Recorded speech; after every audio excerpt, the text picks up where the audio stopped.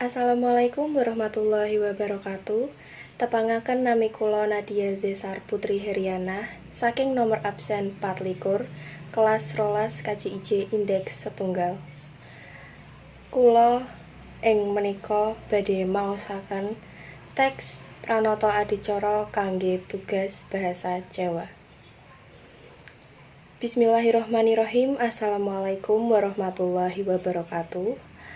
Para pepunden ingkang satuhu kinabekten, para pinisepuh miwah sesepuh ingkang kinurmatan, Ketua RT Gangsal RW setunggal Bapak Sudarjo ingkang kula urmati, Bapak-bapak saha ibu-ibu ingkang minulya, sarta kadang kaneman ingkang sutresna.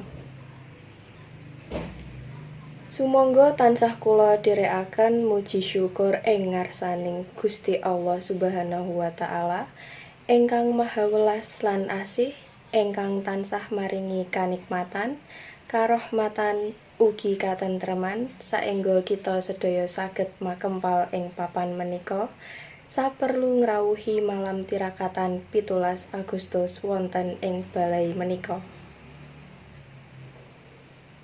Ingkang salajengipun sholawat saha salam mugi katetepaken dumateng junjungan kita Rasulullah Nabi Muhammad sallallahu alaihi wasallam ingkang tansah kita tenggo-tenggo syafaatipun ing yaumul akhir.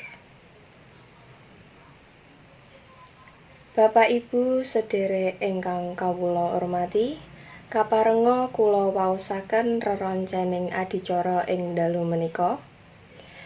Ingkang sepisan pambuka, ingkang kaping kalih menyanyikan lagu Indonesia Raya, ingkang kaping 3 sambutan saking Ketua RT Bapak Sudarjo,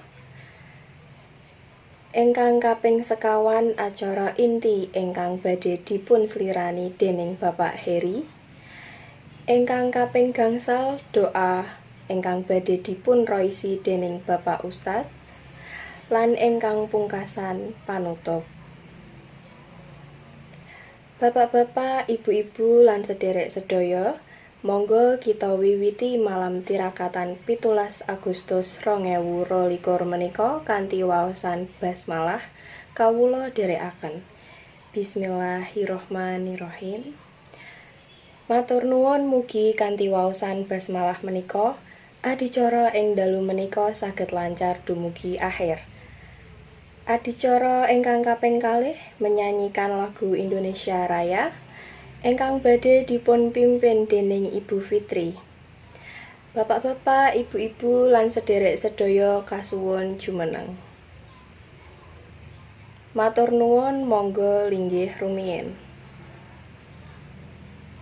Bapak-bapak, ibu-ibu lan sederek ingkang minulya, gandeng wonten ing ngarsa panjenengan sampun samekta unjukan saha nyamikan utawa dhaharan, kula aturi ngunjuk saha dhahar kanthi mardikaning penggalih. Bapak-bapak, ibu-ibu, boten ngirangi kamardikan anggenipun dhahar saha ngunjuk, sumangga kita lajengaken adicara ing dalu menika. Adicara ingkang kaping 3 inggih menika sambutan Ketua RT Bapak Sudarjo kula sumanggaaken. Matur nuwun dumateng Bapak Sudarjo ingkang sampun kersa maringi sambutan. Adicara ingkang saklajengipun inggih menika adicara inti ingkang badhe dipun slirani dening Bapak Heri. Kula sumanggaaken. Matur nuwun dumateng Bapak Heri.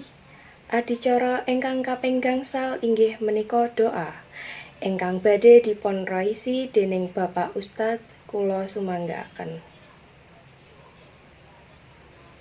Matur nuwun dumateng Bapak Ustadz. Bapak-bapak, ibu-ibu lan sederek ingkang minulya, mekaten wau lelampahing adicara malam tirakatan 17 Agustus saking purwakaning adicara dugi pungkasan. Sumangga kita tutup adicara ing dalu menika kanthi waosan hamdalah sesarengan. Alhamdulillah Ing wasana menawi anggen kula matur kathah klenta-klentunipun, estu nyuwun agunging pangaksami. Wabillahi taufiq wal hidayah. Wassalamualaikum warahmatullahi wabarakatuh.